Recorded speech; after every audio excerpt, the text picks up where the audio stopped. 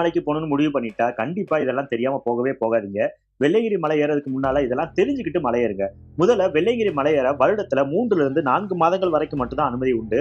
பிப்ரவரியில இருந்து மே 31 வரைக்கும் மட்டும் தான் அனுமதி உண்டு. 2வது மலை ஏறுறதுக்கு கட்டணம்லாம் கிடையாது. பிளாஸ்டிக் வாட்டர் கேன் கொண்டு போனா மட்டும் ரூ. 20 ஸ்டிக்கர் ஒட்டுவாங்க. அதையும் ரிட்டர்ன் வந்து அந்த ஸ்டிக்கரை காட்டினீங்கன்னா ரூ. 20 திருப்பி கொடுத்துருவாங்க. 3வது மலை ஏற 10 வயதுக்கு கீழே உள்ள சின்ன பசங்களை கூப்பிட்டு போகாதீங்க. கூட்ட நெரிசல்ல மாட்டிக்கிட்டா ரொம்பவே கஷ்டமாயிடும். இங்க போர்டுலயே போட்டுருக்காங்க பாருங்க. 10 வயதுல இருந்து 60 வயதுக்கு உட்பட்ட ஆண்களுக்கு மட்டும்தான் அனுமதி உண்டு. பெண்களுக்கு மலையேற அனுமதி கிடையாது.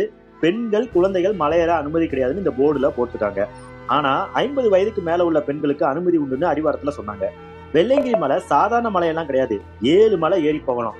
அதனால ஆஸ்துமா, மூச்சு திணறல் பிரச்சனை இருக்கவங்க, வலிப்பு நோய் உள்ளவங்க மலையேற அனுமதி கிடையாதுன்னு இங்க போட்டிருக்காங்க. இது எதுக்காகனா தேவையில்லாத மரணம் ஏற்படுறதை தடுக்கிறதுக்காக. முடிஞ்ச அளவுக்கு இரவு மலையேறதை தவிர்த்துடுங்க.